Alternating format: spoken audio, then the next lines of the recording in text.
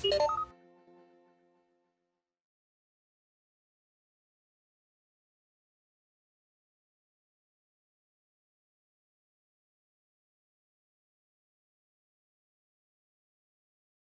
tarde.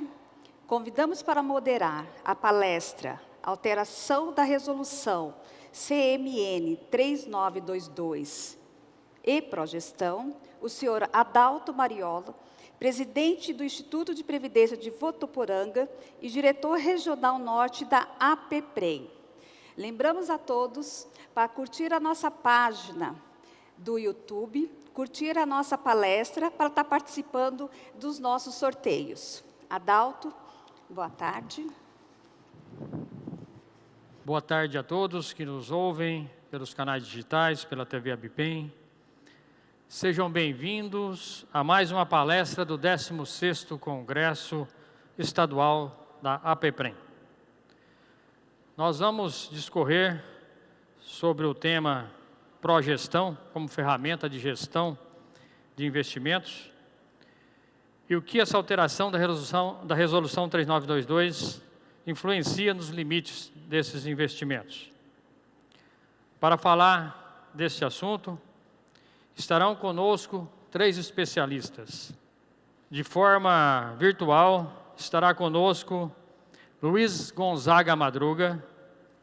Luiz Gonzaga é auditor federal de Finanças e Controle da Secretaria do Tesouro Nacional, graduado em Economia pela Universidade Federal da Paraíba, especialização em Finanças Públicas pela Escola Nacional de Administração Pública, MBA em Finanças pela Fundação Getúlio Vargas e atua hoje na Secretaria de Previdência do Ministério da Economia como coordenador de investimentos. Bem-vindo aí, Madruga. Também estarão conosco o Lauter Ferreira, sócio do Grupo XP. O Lauter é formado em Direito pela Pontifícia Universidade Católica de Campinas, pós-graduado em Direito Tributário pela PUC de São Paulo, com extensão em Consultoria de Investimentos pela FGV. Possui certificação CEA, atuou por 13 anos na Caixa Federal e hoje atua no Grupo XP. Também estará conosco José Aparecido França, sócio fundador da Privatiza. O França é economista pela PUC São Paulo, pós-graduado em Engenharia Econômica pelo Mackenzie, sócio fundador da Privatiza desde 1995. Profissional atuando no mercado de Bolsa de Valores desde 1983. 15 anos atuando também no segmento de RPPS. Especialista em renda variável. Seja bem-vindo, França. E agora eu vou passar a palavra para o Luiz Gonzaga Madruga. A palavra é sua, né?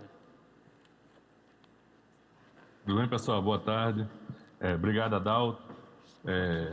Assim, é uma honra poder participar aí desse evento com o Lauter e com França, né? De instituições que trazem grandes benefícios aí na gestão dos RPPS.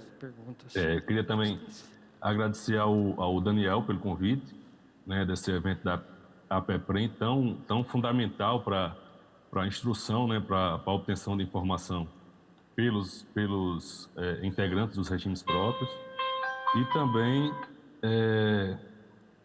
assim como ao João Figueiredo, também da ABPEM, que nessa mesma sintonia da APPREM realiza grandes eventos que trazem realmente melhorias, né, em termos de obtenção de informação, de qualidade do serviço prestado para os RPPS. Então, muito obrigado. Eu acho que a gente, para falar da modificação da resolução, inicialmente a gente tem que ver qual é o contexto em que isso se deu, né?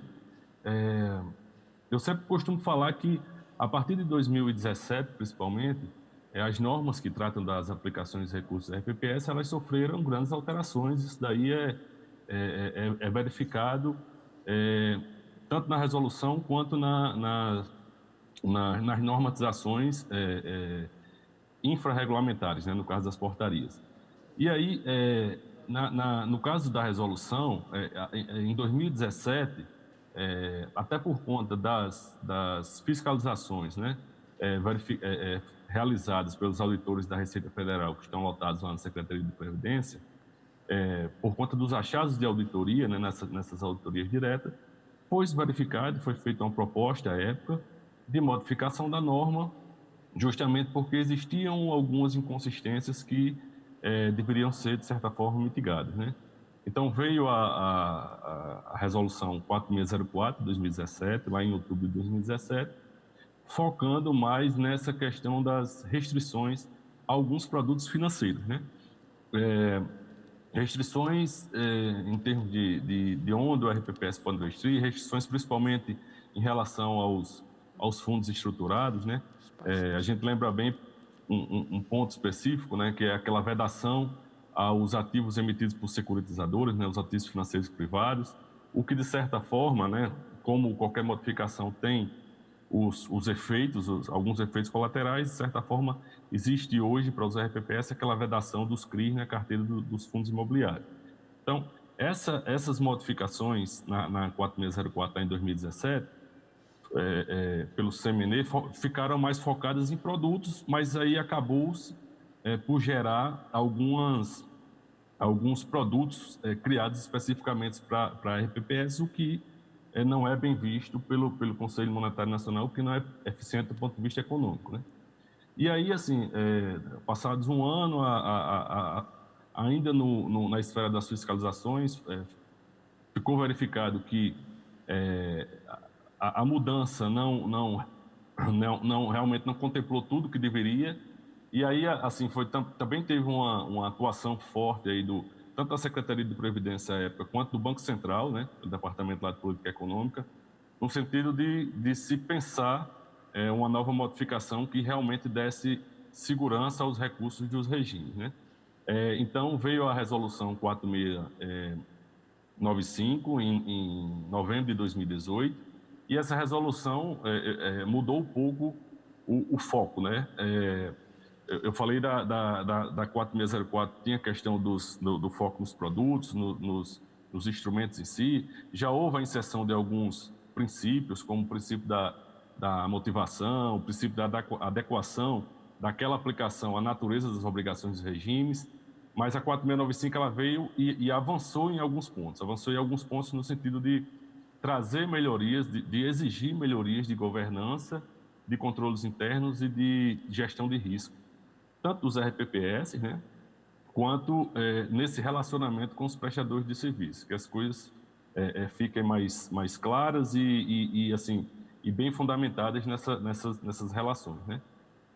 Então, essa modificação, isso daí, assim, eu vou falar um pouco do GT Investimentos, né, que houve o ano passado, um grupo de investimentos. Essa modificação, ela foi bem vista pelos regimes, né, nas disposições dos próprios RPPS, pelas próprias instituições, né, que fazem um trabalho excelente, enfim, pelos órgãos de controle, Tribunal de Contas, CVM, a própria Previ, que participou desse grupo de trabalho, também elogiou essas modificações trazidas pela 4695. E aí, assim, essas modificações foram tão relevantes que a gente teve, por exemplo, uma outra alteração legislativa ano passado, né, pela Lei 13.846, que modificou aquela Lei Geral de Previdência, que é a que dá a competência ao CMN, né? A Lei 9717 de 98. Então, a partir do momento que você tem uma estrutura, né, de governança, uma regulamentação que consiga transmitir minimamente uma segurança aos RPPS, você consegue, e é o escopo dessa proposta da resolução da minuta que enviamos à SPE, você consegue flexibilizar né, em alguns limites enfim, obviamente que também, verificando as condições de mercado, você consegue tirar algumas amarras que antes existiam na norma, né? Então, basicamente, o contexto de modificação dessa resolução é esse, algumas tratativas no sentido de melhoria do ambiente em que estão inseridas as aplicações dos RPPS, né? Melhoria essas que são também somadas a outras portarias na Secretaria de Previdência, né? A gente tem o caso da 9907, da questão da certificação dos membros dos RPPS. Então, é todo um conjunto, né? Todo um conjunto que traz a essa nova modificação da resolução. E aí os pontos, né? Passando desse histórico, a gente tem os pontos de melhoria. Quais são as propostas, né? Primeiro, o que motivou? A gente teve um grupo de trabalho, o relatório desse grupo de trabalho foi publicado no site da Secretaria de Previdência. Esse grupo de trabalho ele teve um escopo amplo, né, o ano passado, foram 4 reuniões, participaram gestores, distribuidores, enfim, associações, membros do CONAPREV, órgãos, vários outros órgãos de governo, não só a nível federal, mas também representação de tribunais de contas, assim. Foi um GT que teve uma ampla participação e uma grande quantidade de ideias, né? Após esse GT, nós colocamos novamente essa minuta no site da Secretaria de Previdência, né? Ela ficou como foi realizada uma audiência pública para consolidar as propostas recebidas. Recebemos várias propostas, várias sugestões foram incorporadas a essa minuta enviada à SPE. E aí também, eu falei dessa questão do grupo de trabalho, que foi o pontapé inicial, né? E o grupo de trabalho justamente preocupado com essas modificações recentes no cenário macroeconômico, né? A gente tem aí assim, sei lá, há 2 anos, né, em 15 e 16, a gente tinha uma taxa de juros de 14,25, né? Então, você não tinha, assim, tanto escopo para essa diversificação, né, para se debater a diversificação de carteira, como existe hoje, porque aí você tem uma queda na taxa de juros, passou um bom tempo a 6,5% e ao longo e nos últimos meses ela vem caindo até chegar a 2%, com a projeção esse ano do Focus para fechar 2% e próximo ano a 2,5%. Então, a gente entra num escopo de necessidade de melhoria na gestão da carteira dos RPPS, né? De diversificação do portfólio, de tratamento dessas inserções que foram inseridas pela 4695 de gestão de risco, né? Obviamente, quando você busca uma rentabilidade maior na regra do mercado, claro, né? Você tem uma propensão maior ao risco, mas isso tudo porque os RPPS passaram a conviver com uma maior dificuldade de obtenção de suas metas atuariais. Então, de certa forma, o grupo de trabalho também foi influenciado por conta dessas dificuldades, não só dos RPPS, né? São modificações trazidas também em outras normas de investidores institucionais. E aí, como eu falei da questão da consulta, a consulta foi colocada no site, vários agentes deram sua contribuição, a gente consolidou. Obviamente que existem propostas que, na visão da Secretaria de Previdência, enquanto órgão regulador, assim, a gente não insere no texto, mas várias outras contribuições, até pela questão da verificação do dia a dia, foram colocadas na minuta de resolução. Encaminhamos à Secretaria de Política Econômica.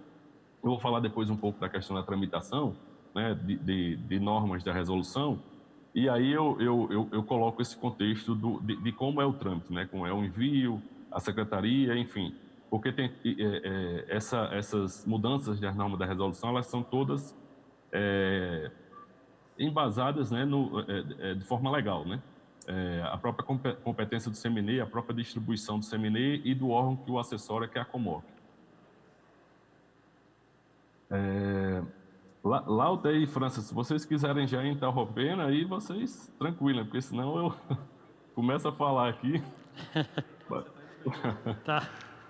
Tá bom. Não, posso fazer um primeiro comentário aqui, França? Vai lá. Bom, primeiro, boa tarde a todos. Adalto, obrigado mais uma vez. Boa tarde ao França, Luiz Gonzaga. Agradecer a PEPREM aí pelo convite e até parabenizar por um evento online muito bem desenhado, né? Acho que uma estrutura aqui para quem está por trás das câmeras, né? Para quem está assistindo não consegue ver, né? Mas um bastidor aqui muito bem produzido, né? Então agradecer mais uma vez o convite. Acho que o Luiz Gonzaga ele colocou muito bem o histórico, né, de como foi desenhada a 3922 e como é que a gente chegou até aqui, né? Então, a gente passou por alguns momentos complicados, né, de ambiente regulatório difícil, né, alguns produtos ruins, né, que acabaram sendo apresentados para a RPPS, muitos problemas ali com crédito privado, produtos estruturados e tal. Então foi necessário esse caminho, né, essa trajetória de melhoria na norma, né, para a gente poder ter um ambiente regulatório mais seguro. E hoje, né, a gente chega finalmente num desenho final de uma nova resolução que realmente parece ser muito mais aderente com o cenário que a gente tem hoje, né?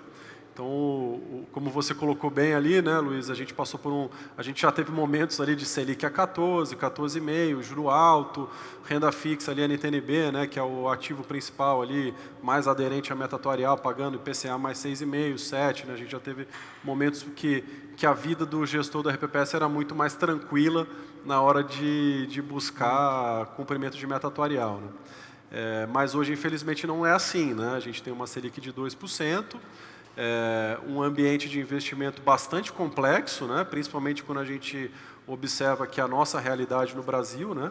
Então, juro baixo, inflação baixa, ambiente político difícil, para a cabeça do gestor de RPPS que tem uma meta difícil para cumprir, ele realmente precisa de alternativas, né? E acho que essa resolução ela vem exatamente para entregar essas alternativas. Então, simplificar aquilo que já tinha, né? E também ajudar a entregar novas possibilidades, novas alternativas, de uma forma mais fácil, mais prática, entregando para o gestor realmente uma possibilidade maior de cumprir a meta atuarial dele com segurança. Acho que isso que é o mais importante. Aí, assim, se você quiser colocar, Luiz, as principais alterações, ou a gente pode falar algumas aqui, de repente eu falo algumas, o França fala umas, você vai falando outras. Como que você acha o melhor caminho? Você que é o dono da bola. Ó. Não, vocês que escolhem. Fica aí a escolha de vocês. Um ponto só que eu queria levantar, antes da gente continuar a conversa, né, é que, assim, essas propostas, essa possibilidade de simplificação, né, de tirar algumas amarras existentes, ela se deu justamente porque isso daí foi até decidido, acho que na primeira reunião do grupo de trabalho, que era a questão da manutenção do artigo 15 hoje da resolução, né, que foi visto aí como um pilar, né, dessa norma, dessa inovação trazida pela 4695. Aí, a partir do momento que você tem aquela regra, né, da obrigatoriedade dos comitês de auditoria e de riscos, né, os comitês obrigatoriamente constituídos, você consegue avançar nesse cenário de flexibilizar em termos de produtos e simplificar, né, que eu acho que é o que de certa forma, é o grande ganho trazido com essa proposta que enviamos à SPE. Uhum. Bom, boa tarde a todos, né? Quero também agradecer ao Adalto, que é o nosso anfitrião, o Daniel, a equipe da APEPREM, a turma toda que está trabalhando aqui, enfim, como já colocado pelo Lauter, fizeram uma estrutura que permite que a gente faça esse trabalho à distância, né? Sem que haja aquela aglomeração normal dos eventos, e o conteúdo, que é uma coisa que todo mundo precisa estar atualizado, eu acho que dessa forma chega de maneira segura. Com relação às alterações, eu acho que está muito claro que eu acompanho o segmento há muito tempo. O legislador, a cada cenário, a cada momento que vai se apresentando, ele vai direcionando através dos ativos permitidos nas resoluções, nas várias resoluções que foram publicadas, ele vai direcionando em função do momento econômico. É óbvio que com o momento econômico que a gente vive hoje, com uma taxa de juros que está muito longe de ser a taxa de juros ideal para que as metas atuariais sejam cumpridas, óbvio que você vai fazendo com que o regime próprio, através inclusive de um permanente trabalho de elevação de governança que tem acontecido muito nos últimos 10 anos, né? Certificações, progestão, enfim, várias iniciativas nessa direção, com os instrumentos que vão se apresentando mais sofisticados, com relativa simplicidade na aplicação, mas que tem obviamente um um desenho um pouco mais sofisticado, nós estamos falando de fundos estruturados, o próprio crédito, multimercados e tudo mais, isso se tornou impositivo se a gente quer manter o sistema saudável. Lembrando que os pilares são equilíbrio financeiro e atuarial. Se você não dá instrumentos para que o RPPS vá buscar esse equilíbrio, simplesmente o sistema não para de pé. Então, a gente olhou com bastante atenção, né, já que a gente ia participar desse bate-papo, olhou com bastante atenção os vários itens, acho que ela está bastante arejada sob o ponto de vista de produtos novos, né?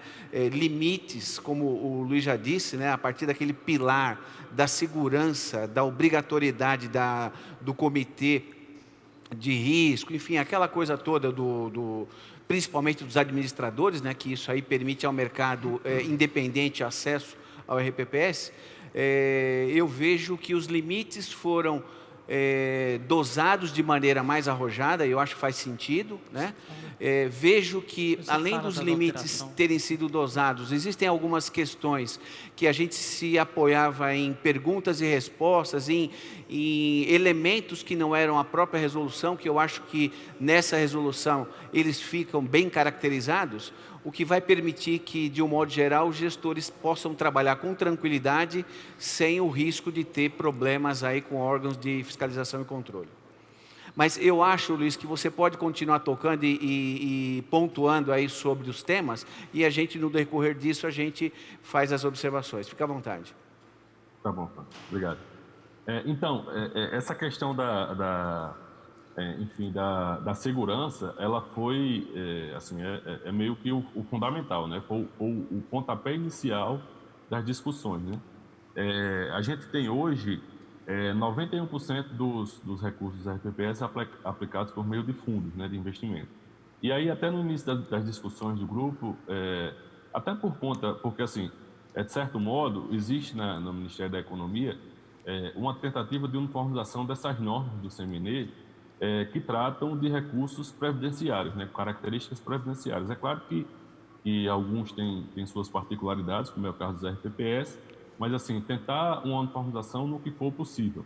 Então, boa parte das estruturas vem da 4661, né, que trata dos fundos de pensão, da resolução 4661, e da resolução que é 4444, né, 44 que a gente chama lá das seguradoras, das entidades abertas de previdência complementar.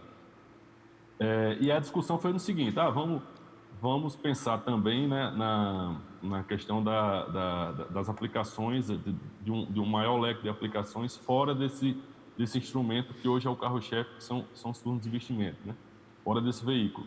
E aí, nas discussões foi verificado que não, a gente dá para flexibilizar nas nomenclaturas, em retirada de algumas restrições dos fundos, mas assim, a questão de aplicação direta em ativos, como ocorre nos fundos de pensão, isso ficaria para um próximo momento, para uma maturação, para vamos dizer, um ganho de estrutura do progestão, né? Um aumento de entes aderindo e se certificando e evoluindo em termos de governança lá no progestão, aí a gente começa a pensar em flexibilizar para essas outras estruturas. Mas, no momento, a ideia é que se mantenha essas estruturas por meio de fundos mesmo, essas aplicações por meio de fundos mesmo. Então, além das questões das modificações mais formais, né, em termos de redação, a gente teve uma modificação recente da Secretaria de Previdência, saindo do Ministério da Fazenda, enfim, indo para o Ministério da Economia, tem essas modificações formais na norma. E aí, assim, de início, a gente tem a questão da melhor distribuição dos ativos por segmento, né? E aí também se utilizando muito da resolução 4661. Então, hoje a gente tem lá no artigo 2º, né, que fala dos segmentos, a gente tem renda fixa, que está no artigo 7º, variável investimentos estruturados juntos, no artigo 8º, investimentos no exterior, no artigo 9A, que foi possibilitado pela resolução 4695. Então, a gente traz um desmembramento maior nesses segmentos, de forma a ficar mais claro, né? Então, fica renda fixa, renda variável, aí fica apenas os fundos de ações, vou explicar um pouco mais à frente. Os estruturados com produtos característicos desse segmento, os empréstimos consignados, que é uma possibilidade, né, de aplicação por meio lá da possibilidade lá pela emenda constitucional 103, que eu vou explicar um pouco, de certa forma, tá um outro trâmite, né, em relação a esse segmento de aplicação, e os fundos imobiliários lá também seguindo a resolução a 4661. Então, basicamente, a gente tem qual é a grande modificação, por exemplo, em cada segmento? No segmento de renda fixa. Segmento de renda fixa, o RPPS ainda vai poder investir diretamente em títulos públicos federais, em títulos públicos do Tesouro, que é o artigo 7.1a. A gente está fazendo algumas modificações no sentido propondo, né, algumas modificações no sentido de operações por meio do mercado de balcão, não apenas por meio de plataforma eletrônica, como hoje é disposto na norma. Isso por conta, principalmente, do que foi levantado, dos dados que foram levantados em relação ao volume de recursos transacionados, né, o que dificulta a obtenção de melhores taxas aí pelos RPPS. Eu vou explicar mais na frente como é esse projeto de operações com títulos públicos, né? Os fundos 100% títulos públicos, né, continuam, que é o artigo 7.1b. E aí a previsão no regulamento que o fundo ele vai aplicar exclusivamente em títulos dessa natureza, né, em ativos dessa natureza. Aí operações compromissadas, e aí a parte que muda é a parte dos fundos lá de renda fixa. A gente tem 4 classificações, né? Tem os fundos referenciados, né? E o referenciado geral e os ETFs referenciados geral, né? Essa questão do referenciado, essa estrutura assim mais passiva, foi trazida também pela resolução 4604. Se a gente lembrar antes, acho que era na 4392 de 2014, existia até a vinculação àqueles subíndices da Ambima, né? Ao IMA e tal. E agora a gente tira esses sufixos, essas amarras, de certa forma, a gente se alinha às próprias disposições da 555, né, da extinção da CVM, né? Enfim, abre-se todo um leque daquela subseção dos fundos de renda fixa da 555 para as aplicações dos RPPS. Aí também a aplicação direta, eu falei que 91% dos recursos estão por meio de fundos, porque, de certa forma, a norma é estruturada para isso, né? São poucas as possibilidades de aplicações diretas. Aí a gente tem a questão do LIG, né, e da Lei Imobiliária Garantida e do CDB vinculado ao Fundo Garantidor de Crédito. Então, a gente juntou, o RPPS ainda continua podendo aplicar nessas opções de investimentos, mas, assim, juntou e fica qualquer ativo com obrigação ou com a obrigação das instituições financeiras vinculadas àquele dispositivo do artigo 15, parágrafo 2º, inciso 1, que eu falei, né, a que eu me referi. Então, abre-se o leque aí de opções de produtos ofertados por instituições financeiras para os RPPS, né? Um outro encaminhamento verificado foi a questão da poupança. A poupança hoje ela é tratada como uma aplicação, e aí a gente passa a dispor a poupança, né, a colocar a poupança no mesmo tratamento das disponibilidades financeiras, né? Ou seja, ela passa a não ser computada para fins de verificação dos limites. E aí continua a possibilidade de aplicação nos fundos, nos FDICs, né, de cota sênior, nos fundos de crédito privado e aqueles de debênture incentivadas, que são os trazidos lá aquela tentativa, né, de melhoria desse mercado pela Lei 12.431 de 2011. Tá? Então, basicamente, em renda fixa, são essas modificações. E aí eu abro para vocês fazerem algumas considerações em relação a esse segmento. Não, legal, sim. Luiz. Lauter aqui.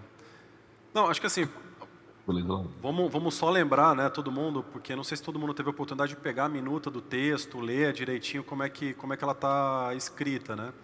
Mas eu achei essa simplificação da parte de renda fixa muito positiva, né?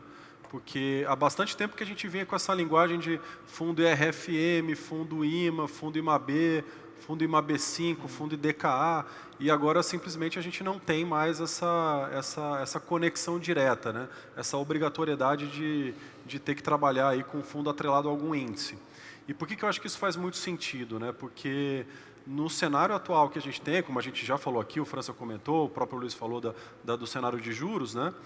Você precisa entregar mais do que esses índices para poder chegar um pouco mais perto da sua meta atuarial.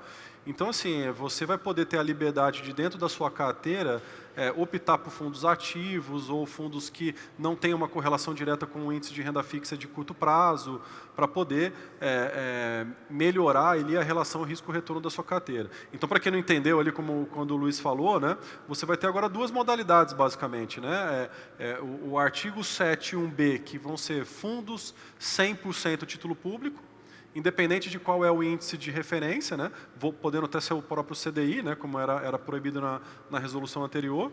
E depois você vai ter um 7.3, né? Que o limite é de 60%, que vai ser um fundo de renda fixa, né? Que ele vai poder ter, além de títulos públicos, outros ativos de renda fixa, desde que não ultrapassem 50% da carteira do fundo, porque aí já vira fundo de crédito privado e já vira um outro enquadramento. Mas eu achei que ficou bastante simplificado, acho que muito legal, muito bem feito e bem colocado. E também a parte dos ativos diretos, né? Em vez de só poupança ou só CDB, né? Aqueles ativos mais de menor rentabilidade, abre o leque, aí, como o Luiz falou, para que o RPPS possa investir em ativos de renda fixa emitidos por instituições privadas, desde que estejam enquadrados ali no artigo 15. Então, acho que para mim ficou bem legal essa parte de renda fixa, bem mais simplificado. Luiz, o que eu vejo ainda alinhado com essa posição do Lauter, é que se você pega a resolução e lê ela com bastante atenção do início ao fim, fica claro que o grande peso das modificações está no ambiente de renda variável e produtos estruturados. Fica muito claro, se até outro dia a gente falava, a grosso modo, que no mínimo 70% deveria estar em renda fixa e no máximo 30% estar em renda variável, quando a gente começa a somar os limites, a gente vê que, eu não estou falando de progestão, né, quem tem os níveis mais elevados. O menor nível do progestão já sai com 35% de renda variável, né, 30 mais 5, sai com 20% no exterior, porque já está investidor qualificado. Enfim, a composição ficou muito mais dirigida para o ambiente de renda variável e estruturados do que a gente via normalmente nas resoluções anteriores. E isso, como eu já disse, deixa claro que o legislador, e é importante para quem nos assiste e está começando a pensar na política de investimento de 2021, que esses temas deverão participar da política de 2021, porque o legislador está deixando claro que no cenário atual, se eu for concentrar, a gente vê, pode parecer anormal, mas eu tenho vários exemplos de institutos, ou de RPPS, que só tem renda fixa. Então, eu acho que, de uma certa forma, a Secretaria de Previdência deveria fazer um alerta adicional para esses que mantêm a posição só de renda fixa, que se proclamam conservadores, que têm medo da renda variável e tudo mais. Isso tem que mudar, tem que qualificar mais, tem que se abrir mais, porque senão, a cada virada de ano vai ter que bater na prefeitura para aumentar aporte, porque não vai conseguir cumprir o compromisso atuarial. Então, para mim, a resolução está muito clara, mostrando que o caminho do cenário posto, o cenário atual, ele pende muito mais para os investimentos que têm um pouco mais, obviamente, de risco, mas que tem sim a possibilidade de trazer os resultados que a carteira precisa. Isso, exato, França. O que está por trás da modificação é justamente isso, né? Assim, existe também, a gente sempre discute lá na Secretaria, existe a questão da verificação da conformidade em si, mas a gente se preocupa também muito por conta aquilo que você falou lá no início, né, que são os dois pilares dos regimes próprios, né, de qualquer sistema previdenciário, que são os equilíbrios financeiro e atuarial, né? Então, essa necessidade de qualidade das aplicações vem muito a reboque dessas modificações na resolução, né? Na 3922. Então, assim, só para a gente ter uma ideia, no outro dispositivo, no outro artigo, o artigo 8º, antes você tinha 4 distinções para os fundos de ações, né? Você tinha... Pode falar? Você quer falar? Pode seguir. Pode seguir. Ah, tá bom. Vocês tinham... A gente tinha aqueles fundos que Tem pergunta, seguem manda pra cá, o tá mínimo acabando. de 50 ações, né? Enfim, tinha aqueles ETFs que também tinham geral e tinha Manda aqueles pergunta. Vê se tem pergunta lá, né? a carteira seguia o índice com o mínimo de 50 ações ou bônus de subscrição, enfim, era até uma situação mais específica, que até para a gente, na supervisão, a gente recebia de várias casas a questão da classificação, até para a gente debatia e discutia, então, imagina para os prestadores e para os gestores e para os membros dos RPPS, né? Então, a ideia é, por exemplo, em renda variável, a gente vai ter fundo de ação e ETF renda variável, inicia com 30%, como você falou, e a gente segue a normatização da CVM, que é o regulador dos fundos de investimento.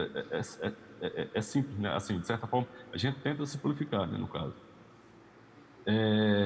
E aí, uma outra modificação nesse artigo 8º é que os investimentos, o FIP, o multimercado, né, e o imobiliário, lá no artigo 8º, eles vão para um outro segmento.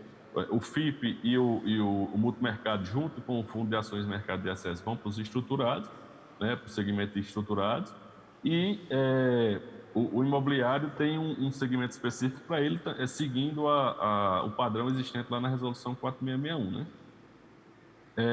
Aí a gente continua com os investimentos no exterior, sendo também dando uma opção de maior, vamos dizer, a participação desses instrumentos nas carteiras dos RPPS.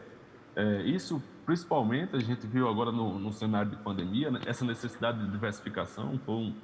É uma pandemia que está afetando o mundo todo, e a partir do momento que você tem possibilidade de aplicações em outros segmentos, em outros mercados que tem uma correlação negativa com o que existe na sua carteira, isso dá qualidade ao seu portfólio, né? Você consegue diversificar bem. Então, essa foi a ideia. A gente continua com a questão da conformidade, é óbvio, isso é o patamar essencial, né? Mas a gente passa também a se preocupar, né, com essa necessidade de satisfação das metas, né, para que a gente não venha, pouco a pouco, a gente venha gerar um problema, inclusive fiscal, no futuro, né? Sim. Tá. Luiz, eu queria fazer um reforço no texto que a gente acompanhou. Ainda hoje, né, eu vou insistir naquela coisa de se apoiar em perguntas e respostas. Eu lembro que houve uma discussão a respeito desse assunto.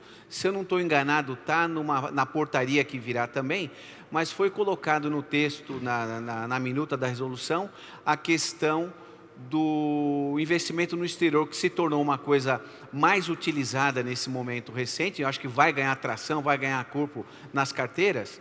E fica claro, eu não sei se já está parametrizado no ambiente de fiscalização, lá no CADPREV, mas os investidores aqui, os RPPS aqui, eles têm que olhar para os fundos no exterior, que são efetivamente o veículo que eles estão investindo, através de um fundo local, o investimento no exterior. Então eu queria ouvir de você, eu acho que é bacana essa confirmação, que, de fato, o patrimônio que deve servir de referência para se fazer a avaliação de uma eventual aplicação é o patrimônio do veículo final lá fora, e não o fundo, o FIC, que compra cotas desse fundo. Eu queria ouvir você falar sobre isso, por favor. Isso, Francisco. A gente, logo no início, logo quando existiram essas modificações, né? Só para a gente ter uma ideia do histórico dessas aplicações nos fundos no exterior, né, possibilitados lá pelo artigo 9A, no início, assim, a gente viu um crescimento, uma variação, de certa forma, estável, né, não tão grande. E essa pandemia motivou aos RPPS a aplicarem muito nesses fundos, justamente por trazer essa diminuição de risco das suas carteiras, né? Então, a gente passou de 1 bilhão investido nesses fundos lá do artigo 9A em março, né? E a modificação tinha sido em dezembro lá de 2018. E aí, essa questão por exemplo, do limite do valor do PL, né, que é tratado na resolução, a gente colocou realmente no perguntão de que a verificação ela é feita no instrumento lá fora, que é o que a gente verifica como onde há realmente o risco da transação. E a gente colocou no perguntas e respostas, mas o perguntas e respostas, de certa forma, foi aquilo que até vocês falaram no início. O perguntas e respostas ele ganhou um escopo muito amplo, até por conta de várias modificações recentes, né? Então, o que é que a gente está tentando? A gente está colocando essas especificidades que foram discutidas, né, que geram receio do mercado e dos RPPS na resolução, e também a parte, vamos dizer assim, mais operacional na portaria. Então, essa parte específica da verificação do patrimônio no fundo do exterior, que é o que a Secretaria determina, né, ela vai ficar nas normas que regem as aplicações, realmente. Não só essa dos fundos, né, tem aquela questão também que está no perguntão, da questão da estrutura master feeder, enfim, todas essas que geram realmente discussão no mercado, que a gente recebe algumas dúvidas dos RPPS, isso tudo vai ficar dentro da norma, de certa forma, para a gente diminuir essa estrutura do perguntas e respostas. Esse é o objetivo trazido aí para essa simplificação, né, normativa. Perfeito. Legal, Luiz. Pô, até acho que muito importante essa discussão também sobre o exterior. Primeiro, só fazer um comentário da simplificação da renda variável. Então, assim como na renda fixa você diminui muito aquele escopo grande de tipos de fundos que o RPPS tem que olhar, agora é fundo de renda variável e ETF de renda variável, ponto final, são 30%. E sobre o investimento no exterior, bem colocado pelo França também essas dúvidas, né? Porque é onde a gente tem recebido a maior demanda de aplicações e também a maior quantidade de questionamentos, né? Perfeito. Como é que funciona, qual é o risco, como é que é estruturado, né? Então essa pergunta do França levanta até um pouco mais de como é que funciona a estrutura, né? Então, para quem está ouvindo falar agora de investimento no exterior, né?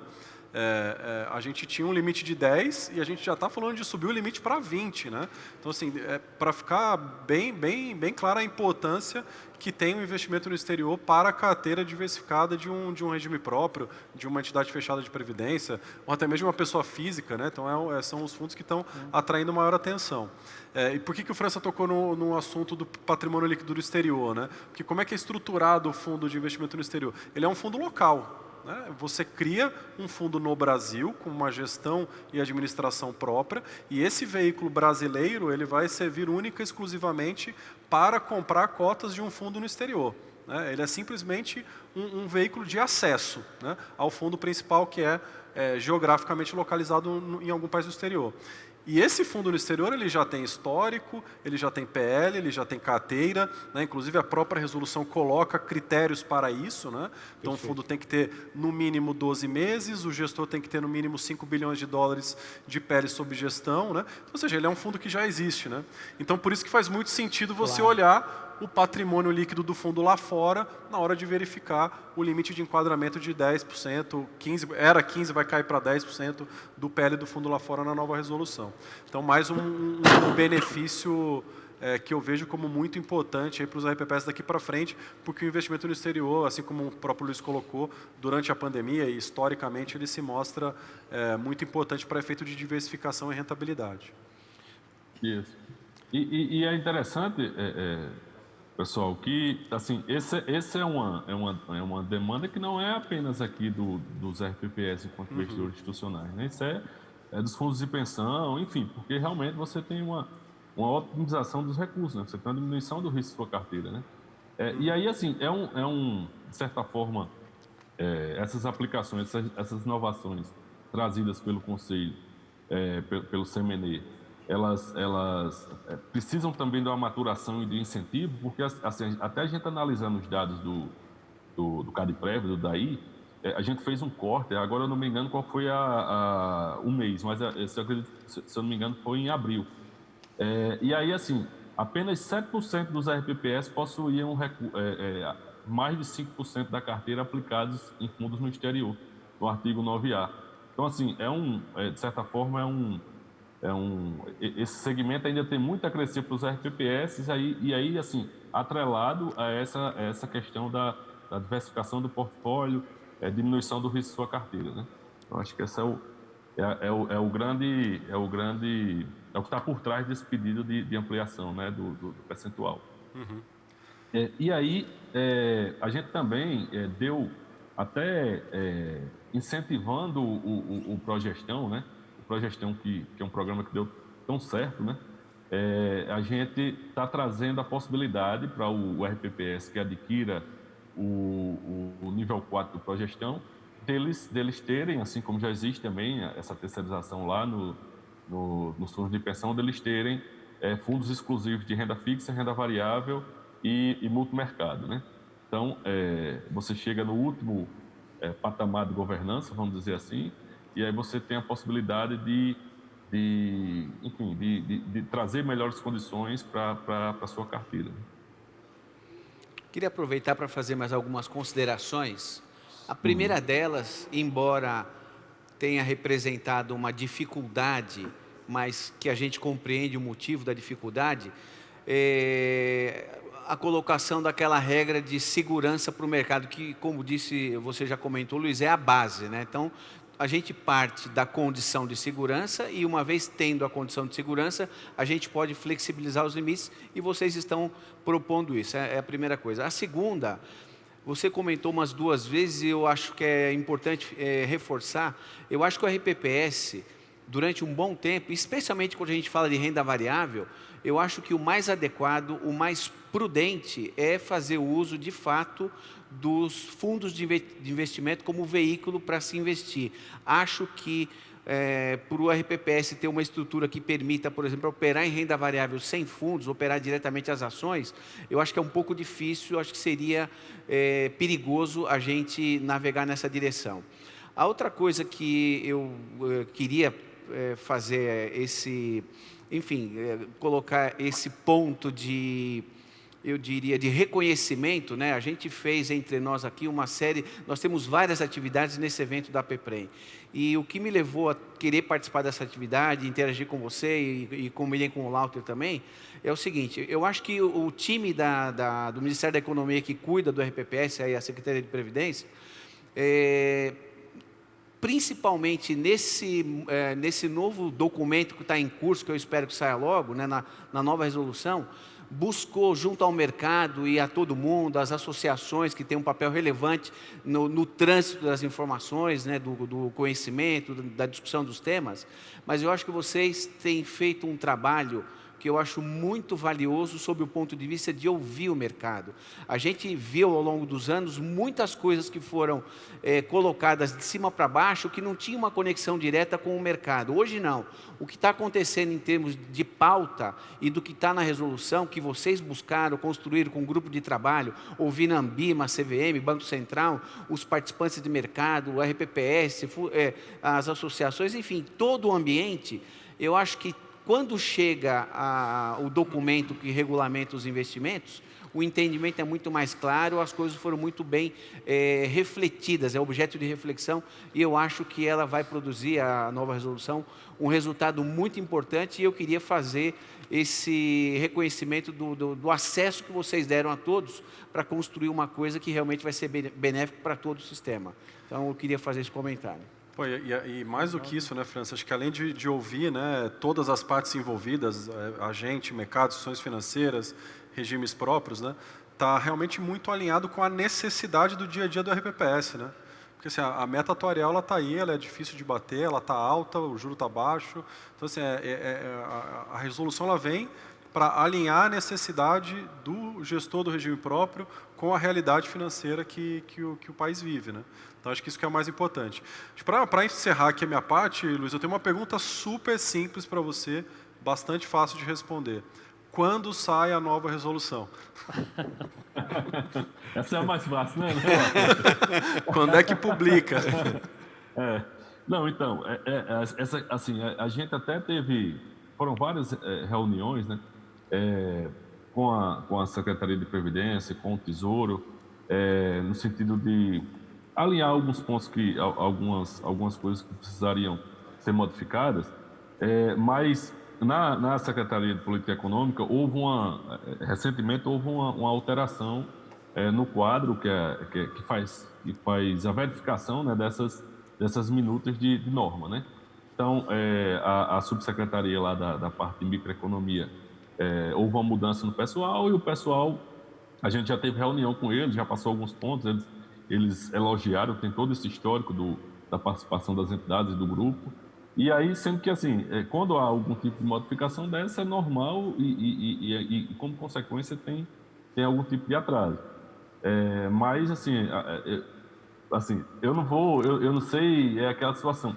Eu achava que poderia sair esse ano, né? Mas aí eu realmente não tenho essa condição de destacar, né? Porque o que até queria falar da questão da tramitação, é porque a partir do momento que a gente envia lá para a SPE, a SPE ela vai junto com a Secretaria Executiva do Ministério da Fazenda, ela vai colocar a proposta embaixo do braço e vai discutir. Isso aqui tem impacto com relação ao Tesouro, então vamos lá discutir com a Secretaria do Tesouro Nacional. Vamos discutir esse ponto aqui com a CVM, com o Banco Central. Então, de certa forma, isso quem direciona como é que vai ser o trâmite é a SPE. A gente acha que a proposta, como vocês viram, né, a proposta ela está bem avançada para esse cenário que a gente vive, mas assim dá um posicionamento, assim, realmente é complicado, sabe, nesse momento, por conta dessas modificações. Mas a gente espera que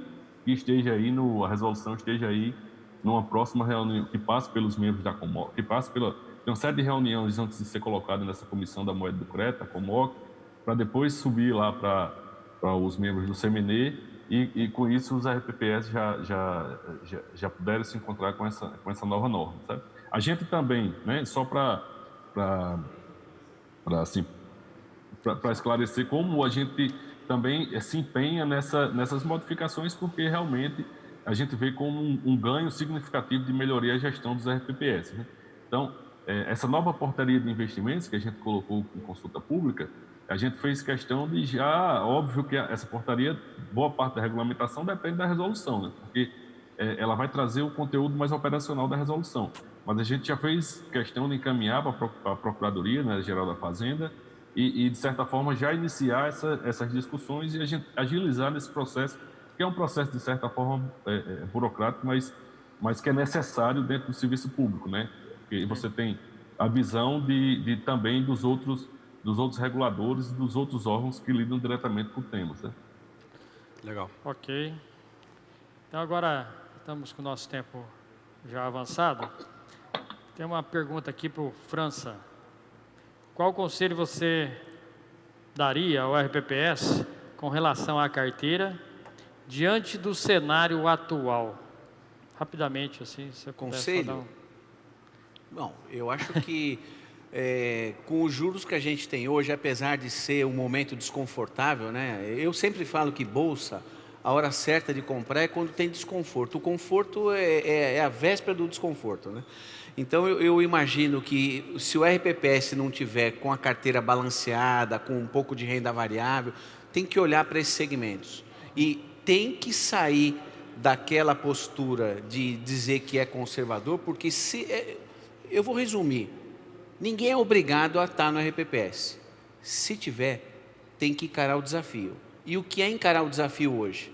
É entender que o mercado tem um pouco de risco adicional, entender que o juro não paga a conta e que tem que debruçar e, com o colegiado em sintonia, produzir uma carteira que seja sintonizada com isso. Acabou, como o Lauter disse, acabou a boa vida do gestor, né? Acabou a vida fácil. Agora, o gestor, conselheiro, comitê de investimentos, tem que se profissionalizar, né? Se não se profissionalizar, igual você falou, vai ser muito difícil, não vai bater meta, jamais, né? Então, aqui eu quero agradecer a todos que estiveram conosco, nos assistindo, em especial aqui aos nossos palestrantes, o Madruga, o Lauter, o França, muito obrigado. Foi uma palestra realmente excelente, um bate-papo, né? Bem legal, muito esclarecedor. E em nome do presidente da PEPREM, Daniel, e sua diretoria, agradecemos a participação de todos. parabenizar a APPREM por esse evento, um evento online e gratuito, o que deu a oportunidade de, mesmo o RPPS que não seja filiado, né, a APPREM teve a oportunidade de participar. Tá ok? Quem quiser se filiar à APPREM, também pode entrar no nosso site, né, ou ligar lá. A APPREM, ela tem muitos benefícios, né, para o seu RPPS. E não saia daí que daqui a pouco tem mais palestra.